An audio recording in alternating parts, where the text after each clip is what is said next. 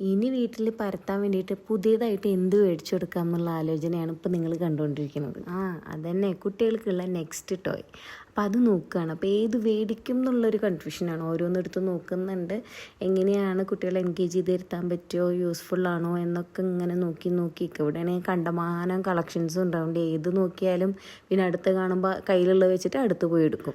നമ്മളിപ്പോൾ ഉള്ളത് നമ്മുടെ അടുത്ത് തന്നെ ഉള്ളൊരു മോളിലാണ്. അവിടെ ഒരു ക്രോസ് വേർഡിൻ്റെ ഒരു സെക്ഷൻ ഉണ്ട്. അപ്പോൾ ഇവിടെ അത്യാവശ്യം ബുക്സും കാര്യങ്ങളും അറിയാമല്ലോ, ക്രോസ് വേർഡ് എങ്ങനെയായിരിക്കും എന്നുള്ളത്. അപ്പോൾ കുട്ടികളുടെ ഒരു ഏരിയയിലാണ് അവർ രണ്ടുപേരും. അവിടെ വേറെ കുട്ടികളുണ്ട്. അപ്പോൾ അവർ ടോയ്സും കാര്യങ്ങളൊക്കെ ഉണ്ട്. അപ്പോൾ ബുക്സ് നോക്കുന്നു, ടോയ്സ് വെച്ച് കളിക്കുന്നു, അങ്ങനെയായിട്ട് അവർ എൻഗേജ്ഡാണ്. അതിൻ്റെ ഇടയിൽ ആദ്യം ഇത് വേണോ അത് വേണോ എന്ന് പറഞ്ഞിട്ട് ഓരോന്നെടുത്ത് നോക്കും. പിന്നെ കുട്ടികളൊന്ന് നോക്കും. തിരിച്ചു വരുമ്പോൾ കാണാം കയ്യിൽ വേറൊന്ന് പിടിച്ചിരിക്കുന്നുണ്ടാവും. ഇപ്പോൾ ലിവിസാക്ക് ഡോഗ്മാൻ്റെ ബുക്ക് വേണമെന്ന് ഒരേ നിർബന്ധം. അതിപ്പോൾ അവൾ നെറ്റ്ഫ്ലിക്സിൽ കാണുന്നുണ്ട്. അപ്പോൾ അതിൻ്റെ ബുക്ക് എന്തായാലും വേണമെന്ന് പറഞ്ഞു. അപ്പോൾ അതൊക്കെ ശരിയെന്ന് പറഞ്ഞിട്ട് ഞാൻ പുറത്തേക്ക് ഇറങ്ങിയപ്പോൾ ഒരാളിതേ നേരത്തെ കണ്ട സാധനം മാറ്റിയിട്ട് ഇപ്പോൾ പുതിയത് എടുത്ത് വെച്ചിട്ടുണ്ട്. പെർപ്ലെക്സെക്സ് ഇതാണ് ഇപ്പോൾ പുതിയത് കയ്യിൽ വന്ന് നിൽക്കുന്നത്. ഇതെങ്ങനെയാണ് എന്താണെന്നുള്ളതൊക്കെയാണ് ഇപ്പോൾ നോക്കിക്കൊണ്ടിരിക്കുന്നത്.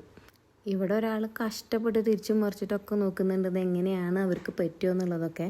അപ്പോൾ അത് നോക്കുന്ന സമയം ഞാൻ മെല്ലെ ഒന്ന് റൗണ്ട് അടിച്ചു. കുട്ടികളെ എന്തുകൊണ്ടും ആ ബുക്കിൻ്റെ സെക്ഷൻ്റെ ഉള്ളിൽ ഇരുന്ന് നന്നായി തോന്നി. കാരണം ഇവരൊന്ന് അയച്ചു വിട്ട് കഴിഞ്ഞ് ഓരോന്നും പൊക്കിക്കൊണ്ടുവരും, ഇത് വേണം അത് വേണം എന്ന് പറഞ്ഞിട്ട്. അവസാനം നമ്മൾ എല്ലാം ഫൈനലൈസ് ചെയ്തു. ബുക്കും ഈ ടോയും നമ്മൾ അങ്ങനെ ഓൺലൈനിൽ ഓർഡർ കൊടുത്തു. ഞങ്ങളുടെ ഇപ്പോഴത്തെ മെയിൻ ഒരു സ്വഭാവമാണ്, നമ്മൾ എന്തൊരു സാധനം എടുക്കുമ്പോൾ നേരെ ആമസോണിലും കൂടി ചെക്ക് ചെയ്യും എങ്ങനെയാണ് ഓൺലൈൻ പ്രൈസ് എന്ന്. അപ്പോൾ അതിൽ ഡിഫറൻസ് ഉണ്ടെന്നുണ്ടെങ്കിൽ നമ്മൾ അതിൽ നിന്ന് നേരെ വാങ്ങിക്കുക ചെയ്യാറ്.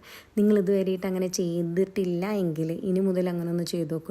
ചിലപ്പോൾ നല്ല ഡിഫറൻസിൽ നല്ലൊരു ലാഭത്തിൽ നമുക്ക് സാധനം മേടിക്കാൻ പറ്റും.